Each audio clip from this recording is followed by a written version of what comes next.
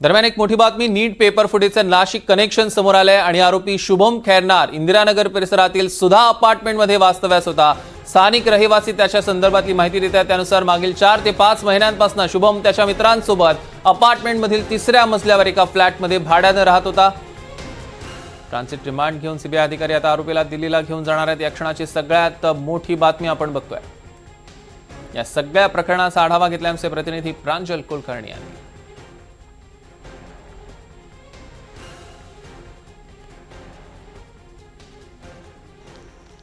शुभम ज्या फ्लॅटमध्ये राहत होता तोच हा फ्लॅट आहे। पण जर बघितलं तर बाहेर अनेक चपलांची जोड आणि हे देखील बघायला मिळत आहेत। फ्लॅटमध्ये देखील कोणी आत्ता असावं त्याचे साथीदार आपण बघूयात।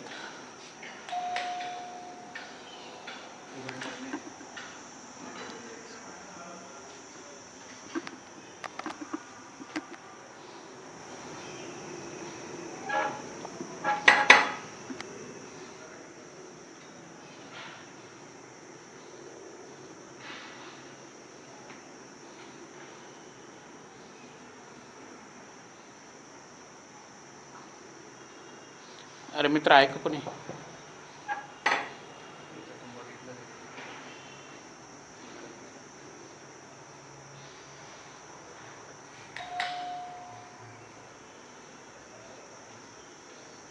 आपण बघितलं तर फ्लॅटचा दरवाजा आहे जो आहे तो कोणीही उघडत नाही आहेत। तर कालच ही कारवाई झाली होती। इथून जवळूनच त्याला पोलिसांनी ताब्यात देखील घेतलेलं होतं। मात्र सध्या त्याचे साथीदार जे आहेत ते फ्लॅटमध्ये असावे असा संशय आहे। दार जे आहे ते कोणी उघडत नाही। कॅमेरामॅन किबॉर्डसह प्रांजल कुलकर्णी, NDTV मराठी, नाशिक। शुभम खैरनार हा नाशिकच्या इंदिरानगर परिसरातील सुधा अपार्टमेंटमध्ये राहत होता। इथे भाड्याने खरं तर ते राहत होते। त्याच्यासोबत त्याचे अनेक साथीदार देखील होते। हे बघितलं ते सर्व याच अपार्टमेंटमधले सर्व सदस्य आहेत आणि त्यांचं म्हणणं आहे की आम्ही त्यांना ओळखत देखील नव्हतो। काही तिथे ते विद्यार्थी ते राहत होते, मात्र त्यांचं आणि आमचा जास्त संबंध देखील नव्हता असं ते म्हणतायत। या बिल्डिंगमधले ज्येष्ठ नागरिक आहेत त्यांच्याशी आपण बोलूयात। काका, तुम्ही त्या मुलांना ओळखतात का आणि शुभम खैरनारला ओळखतात का? शुभम खैरनारला म्हणजे इथं जाता येताना त्याचं नाव माहिती होऊन गेलं तर हा शुभम खैरनार हा प्रमुख या ठिकाणी आहे। यानं खोली मालकाला मी विचारलं ना तर त्यांच्या नावावर त्यांनी काय हे केलेलं आहे म्हणे, करार केलेला आहे असं त्या सांगत होत्यात। मी प्रत्यक्ष पाहिलेलं नाही। त्यांनी मला आधार कार्डाच्या झेरॉक्ससुद्धा पाठवलेल्या नाही आहेत। व हे राहतात इथं, मग यांचे आधार कार्ड वगैरे ठेवा। हे जवळजवळ 5-6 महिने झाले आहेत। किती जण राहायचे? हे सुरुवातीला 3 होते। नंतर कोण यायचं, कोण जायचं, कोण सोडून जायचं, कोण यायचं त्याचा काही तपास नाही।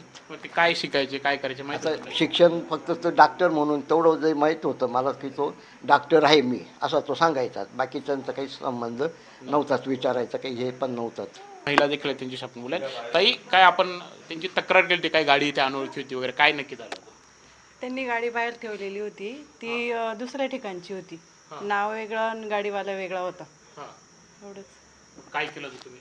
कंप्लेंट केली होती ना? हां, पोलीस केली। मिस्टरांनी ऑनलाईन कंप्लेंट केलेली बॉम्बे नाका पोलीस स्टेशनला। मग पुढे काय झालं? मग त्यानंतर दुसऱ्या दिवशी ती मुलं आले। मग पार्किंगमध्ये मिस्टरांची त्यांची भेट झाली समोरासमोर। मग त्यांनी विचारलं की ही गाडी तुमची आहे का? तर ते म्हणे हो काका माझी। म्हणे मग ती गाडीचा जो नंबर प्लेट आहे तो दुसरीकडचा आहे। नाही म्हणे मी माझे पैसे एकाने बुडवले तर मी त्याची ती गाडी उचलून आणलेली। मग दुसऱ्या दिवशी त्यांनी ती गाडी इकडनं गायब केली आणि आता तिथे बाहेर एक सफेद गाडी आहे तीच आहे।